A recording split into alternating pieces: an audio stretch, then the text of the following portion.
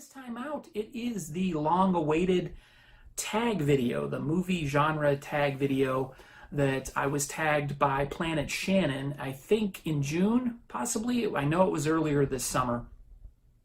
And Shannon asked me and several other people to name their favorite movie in each genre.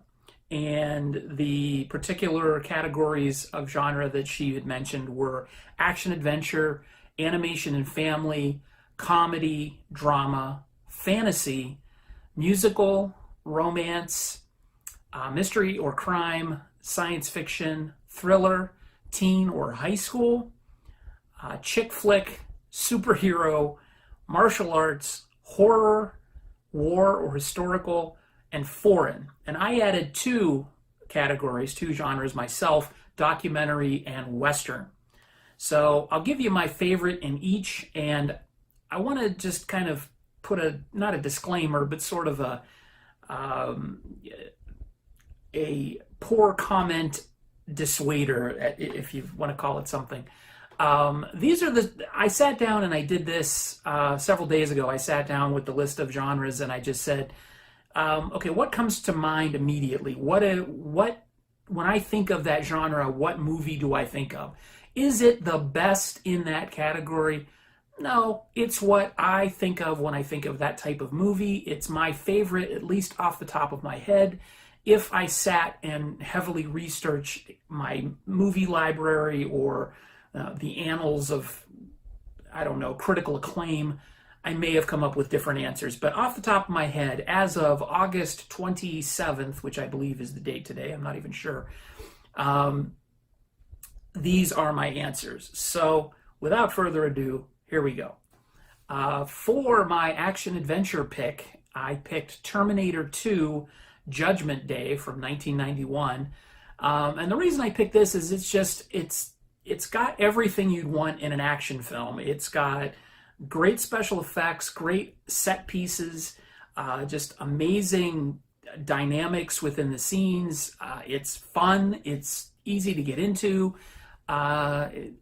It's just an all-around great action movie, and it's got a good story. Even though it is a sequel to the Terminator, it's still fairly standalone. I think you could watch it and understand what was happening, although you might not get the depth of it.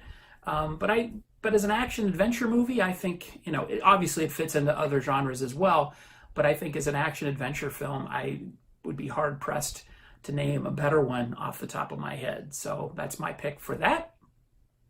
Animation and family. Well, I'm going to lean heavily on the animation for this category with my pick, which is Grave of the Fireflies, which is from 1988. This, of course, is the anime classic. This is also, if there was a genre of super depressing, it would be my number one pick as well. This is a movie that shows that animation doesn't have to be something that is aimed squarely at children. If you watched this with children, they would probably be scarred for life, but it tells the story of two kids in World War II Japan and what they do to survive and how they deal with the loss of their parents and living with grandparents and the bombings and everything else. It's a movie that you may not want to watch a ton of times, but it is a movie that you will never forget. And it's animated, so there you go. For comedy, this one was hard. I picked Being There from 1979. Now, not only is that one of my favorite, if not my favorite movie of all time, it is also the type of comedy that I really like, which is really subtle, you really have to pay attention. It's not Dumb and Dumber comedy where it's just gross or really stupid. It's subtle, it's heartfelt, it's genuine. Peter Sellers is in this film, and he does an absolutely fantastic job. It is by far my favorite role he's ever played, and that's including Dr. Strangelove, even though he's fantastic in that. I think for me, Being There just ekes it out just a little bit. But it's my type of humor. It's subtle, really understated, and I've watched this movie with several people, And I think I've mentioned this on the channel before. It's one of my favorite films, but I've watched it with other people and they have fallen asleep. Not because the movie's boring, but because it's just so quiet and understated. And although the soundtrack of the film is probably pretty dated by this point, the entire film, for me, it's a movie that just always will resonate with me. And it's funny as hell to me. So it's my favorite comedy. Drama, this one was difficult too because it's a pretty broad genre to say, oh, this is my favorite of all time. But if I had to come up with one off the top of my head, which is what I'm doing right now, I would name The Wrestler with Mickey Rourke. And oh God, my brain just went blank. Oh, that's terrible. Hold just a second. Marissa Tomei. The wonders of editing. Marissa Tomei is fantastic in this, but this is clearly Mickey Rourke's film. It is very dramatic. It is got everything that you would want in a drama. It's got a heartfelt story. You feel for the character of Mickey Rourke. Or not, that's not who he plays in the film, but the wrestler that he plays in the film. It's just an absolutely fantastic movie. And if I had to pick a drama, I would pick The Wrestler. Fantasy, this was also difficult. All of these were actually pretty difficult, but this one I came up with because it's not a movie that is, say, like a Lord of the Rings fantasy film, or, you know, I don't know, Krull or something like that. But I picked The Illusionist from 2006. Stars Edward Norton and Jessica Biel and Paul Giamatti. It's a really good film. It's just got some fantasy elements in it. It's a little more grounded in reality, but the whole idea of this magician, it's even, I even for a moment, I had this in the romance category because it sort of straddles the line between fantasy and romance. And it is a very romantic movie, but it's not a hardcore fantasy film, but it's got a lot of fantasy elements to it. So, you know, it's not The Labyrinth, it's not The Dark Crystal, it's not Star Wars, which is science fantasy. But again, I'm not a huge fantasy film fan. I like science fiction, I like horror. Fantasy is something for me that I like fantastical elements more grounded in reality. So if there's a little basis for reality, I think that's kind of where my niche is. But anyway, my pick for fantasy is The Illusionist. Musical, I'll tell you straight up front, I am not a fan of musicals as a rule. I can probably name 4 musicals that I've seen in my lifetime that as far as films go, that I liked. But I just went with The Sound of Music just because it's a movie that I watch with my wife all the time and she enjoys it and I get a lot of enjoyment out of watching her enjoy it. It's not a movie that I don't think I ever would have watched had I not met her, even though I had seen it before I met her. It's just a film that I like to watch with her because she enjoys it and she sings every word, and you would think that would be annoying, but it's actually kind of cute when she does it. So I would pick The Sound of Music. I will pick a runner-up, and that's Jesus Christ Superstar, only because that's my favorite musical ever of all time. I'm just not as big a fan of the film as I am, say, the Broadway musical version of it. I was raised on that, and I can sing every line in that entire production. But the film pales in comparison to The Sound of Music, so that's why I didn't pick that one. Next is romance, and this one, again, not your typical romance movie, but I went with Eternal Sunshine of the Spotless Mind. This is a film that just really is, again, it speaks to me. I really enjoy it. It's heartbreaking, but it's very romantic in kind of an odd, quirky way. Jim Carrey plays a character that is sort of unlike anything he's played before, and I said before that I don't like comedy that's like Dumb and Dumber and stupid and goofy and stuff, and he's definitely not like this in the movie at all. This is a film that I have watched countless times. I love it to death. It is I picked it as a romance. Is it a romance like The Notebook? No, but there is definitely a deep, heartfelt, romantic element to Eternal Sunshine of the Spotless Mind. Mystery or crime, I picked Pulp Fiction from 1994. This, of course, is Quentin Tarantino's, I don't want to say if it's his masterpiece, because some people are saying that Once Upon a Time in Hollywood is that. I have not seen that yet, but it is my favorite of Tarantino's work. It is a very gritty movie. It definitely deals with criminal elements. It is a mystery, maybe in such that you never find out what's in the briefcase. But it's definitely got a lot of crime to it. If I were to say if somebody were to ask me, why didn't you pick something like The Godfather, I'm going to commit a cardinal sin for movie people, movie fans, film critics. I am not a huge fan of The Godfather. I said it. Rant away if you want to, but I just am not a big fan of that movie. Maybe because it's been hyped up so much, and when I saw it, I was like, it's good, but I don't think I'd watch it again on my own, and I haven't. But Goodfellas, I love Goodfellas, and Goodfellas would have been my runner-up here, but I like Pulp Fiction better. Science fiction, I had a hard time with this. Everybody who watches this channel should know that I'm a huge science fiction fan. I did my top 50 science fiction films of all time about 10 years ago, on the channel, and I picked my number one favorite was Blade Runner, and I have to say that sticks. Blade Runner is just an amazing movie all the way around. Rest in peace, Rutger Hauer. Just an amazing film, special effects wise, directorially, is that a word, directorially? The direction from Ridley Scott is just amazing. Just a fantastic science fiction epic. And Harrison Ford, of course. And I still have not watched Blade Runner 2049. I still have to do that.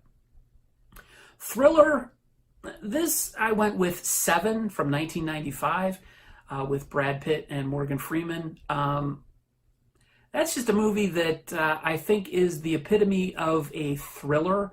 I don't think it's a horror film per se, although some might have been grossed out by it. But I think it is definitely a thriller. And it's a movie I need to see again. I have not watched it recently, but again, when I think of thriller, that's the type of film that I think of. If you want to argue with me whether Seven is a thriller or if any of these are in the appropriate genres, please be kind, because again, these are off the top of my head. Teen or high school. This one is, I'm going to dig a little deep on this one, but this is a film that resonates with me in terms of high school. It's a movie called Over the Edge from 1979. It stars Matt Dillon and a host of other people you probably don't know by name. It is just an amazing film that really captures lightning in a bottle as far as how, at least I felt when I was growing up. I was approximately the age of the kids in this movie when this movie was released.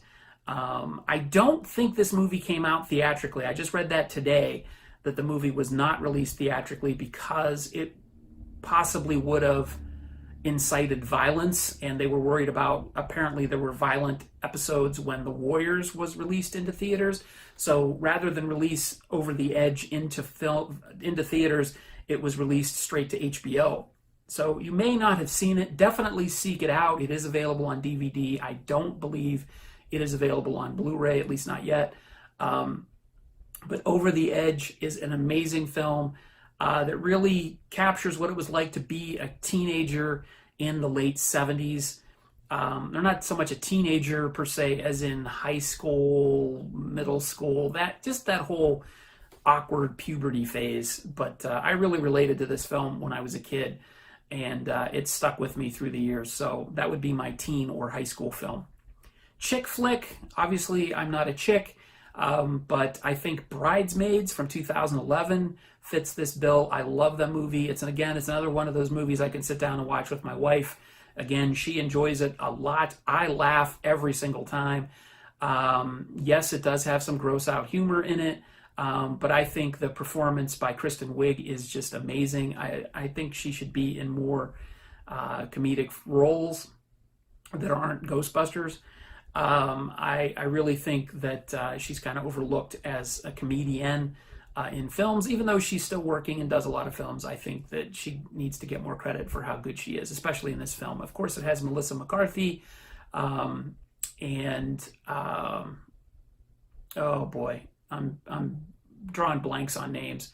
But anyway, it's a good cast. It's a great film. It's a chick flick, and it's my favorite chick flick. Superhero. This is tough because I love superhero films. I love comic book films. But I had to really think what comic book film, what superhero film really changed everything for me. And I would have to say it is Superman from 1978. I was growing up. I think I was in 5th grade when that film came out. I remember sitting in the seat in the theater that I went to see it in with my father, and the opening credits, I just knew something great was going to be on screen. It just had a different feel to it. It was an event. And it's hard to kind of put it into words what that felt like compared to now. I mean, now we've got like a big blockbuster rolling out in the summertime every 2 weeks. It didn't really happen like that back when I was a kid. There were big movies, but there were movies that were hyped that didn't do anything. And then there was Superman that was just amazing. Christopher Reeve was Superman personified. Every Superman that has come after him has been compared to him, whether it be, Henry Cavill or Brandon Routh or whoever played him on, Dean Cain, who played him on Lewis and Clark, and anybody else who's played him since then, and for whatever reason, they're all compared to Christopher Reeve. Christopher Reeve was and is Superman. Superman, my favorite superhero film to this day. Martial arts. This is kind of a rando category because I don't watch a lot of martial arts films, but I will say that Brotherhood of the Wolf, which again is not necessarily a martial arts film by itself. It's not like a Bruce Lee film or a Chuck Norris film, but it has horror elements and martial arts elements in it. And it's an amazing French movie that I highly recommend you see. It's really one of those kinds of films that's unexpected. It was kind of released as an art house film back in 2001. I think as a result of poor marketing, it kind of got buried. Plus, it was subtitled and it was in French, so it wasn't ever going to be a mainstream hit. But Brotherhood of the Wolf is my pick for martial arts film. Horror. Again, this is the category that I could have done an entire video or an entire hour on speaking about my favorite horror films. But An American Werewolf in London, which is one of my all-time favorite films ever, is my favorite horror film. I think it brilliantly blends horror with comedy. It keeps you on your toes. It's also got kind of an emotional sadness to it. I love the end of this movie. When people would ask me what my favorite movie of all time was, for a long time, I would say An American Werewolf in London. It still is in my top 5 of all time, if not my top 3. So absolutely my favorite horror film. War or historical. This is kind of rough because I wanted to name a bunch of movies, but I'd have to say Saving Private Ryan from 1998. That's a film, especially the opening sequence, and I know a lot of people when they talk about this film, they always talk about the opening and then they don't talk about the rest of the film. But there are so many war scenes and situations in this film that totally gave me an appreciation for what being in a war environment would be like, better than anything else. I've never served in the military, and I have nothing but respect for anybody who has served in the military and anybody who has also served in the military and been in combat. I cannot even imagine what that would be like, but this is probably the closest that I will ever be to that, hopefully.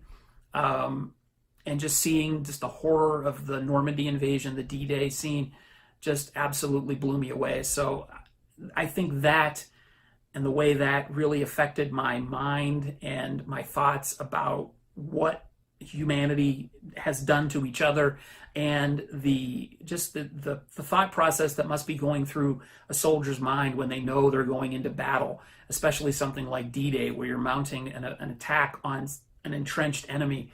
Just unbelievable. So as far as from a film perspective, I have to give props to Saving Private Ryan. Foreign film, I have to admit, this is kind of a cop-out choice. Everybody knows I'm a huge Godzilla fan, so I picked Gojira from 1954. That is the original Japanese version of the first Godzilla film. I saw it in the theater in 2004 when it was released briefly, and I had never seen it before. It wasn't available on video. The only one that I had ever seen was the one with Raymond Burr spliced in with poorly inserted scenes to make it sort of resonate with American audiences. But the original Gojira, be it a giant monster movie, it is still an amazing sort of, I don't want to say dramatization, I don't even know the word I'm thinking of, but just sort of a way of conveying the feeling of doom and sadness and horror of the attacks of a nuclear war, or the radiation sickness and everything that happened to Japan as a result of the United States bombing Hiroshima and Nagasaki. So that being sort of fictionalized into a creature that sort of embodies that evil and that doom. I think Gojira, albeit with a limited budget, did a fantastic job conveying that sort of horror. And yes, it's a foreign film, so it qualifies as my favorite foreign film. But it is a masterwork. And if your opinion of Godzilla is, oh, it's just stupid guys in rubber monster suits breaking buildings, see the original Gojira from 1954. It's available as a Criterion Collection release. Get it and really understand what it is. So I added two categories to Shannon's genre list. The first is documentary, and for that I picked Blackfish from 2013. This is the story of sort of the effects of captivity on cetaceans, which are dolphins and killer whales. I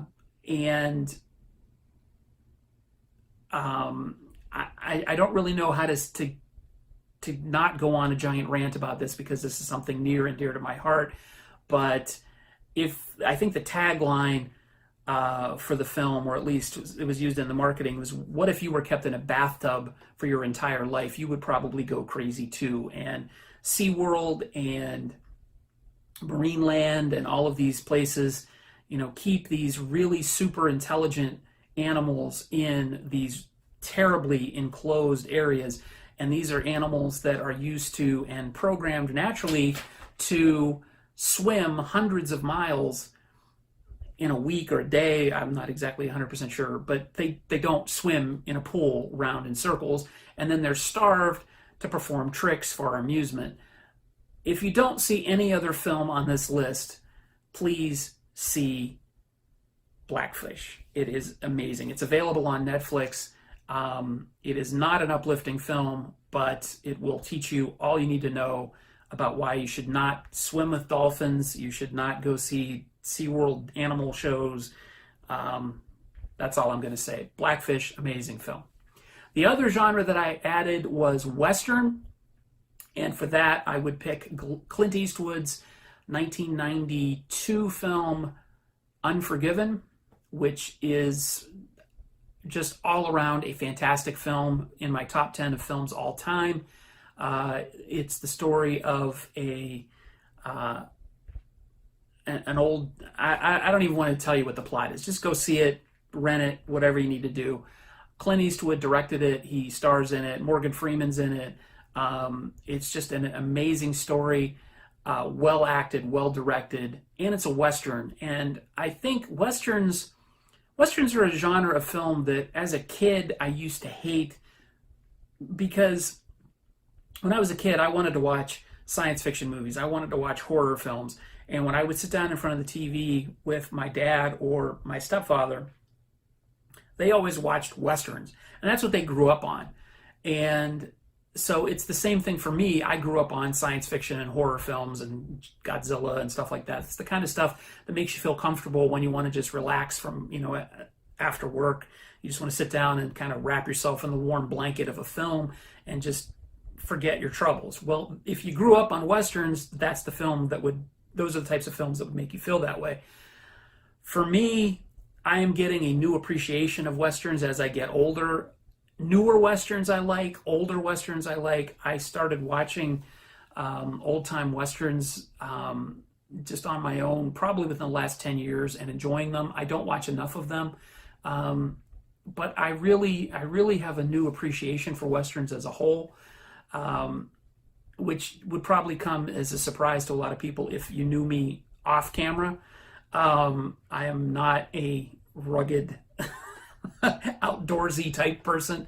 I know that comes as a huge shock, but those types of films just appeal to something in me that I just really haven't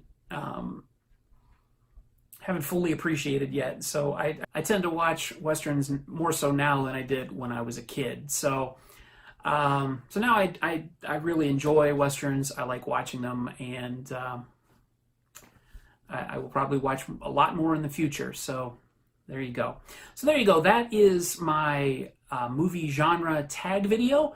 I want to thank Shannon for tagging me in her video, and I will put a link to the original tag video and her channel in the comments or the description below.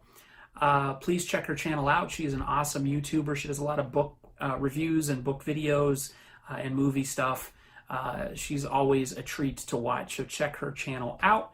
As always, I want to thank everybody for watching. Please, if you like this video, please click the little subscribe button below and click the bell to be notified when a new video is up on the channel, because like I said, there are new videos coming. As always, feel free to rate, comment, and subscribe if you haven't done so already. Thanks again for watching, everybody. This was kind of a difficult video to make because, again, it's very easy to come up with one or two movies to represent a genre that you're familiar with, but to go back and, go through, what's your favorite drama, what's your favorite adventure movie, what's your favorite chick flick, what's your favorite romance, that's kind of difficult. So this was actually kind of a challenge. So thanks again, Shannon, for challenging my brain, and I hope you enjoyed it now that it's finally available. Thanks again for watching, everybody. Take it easy.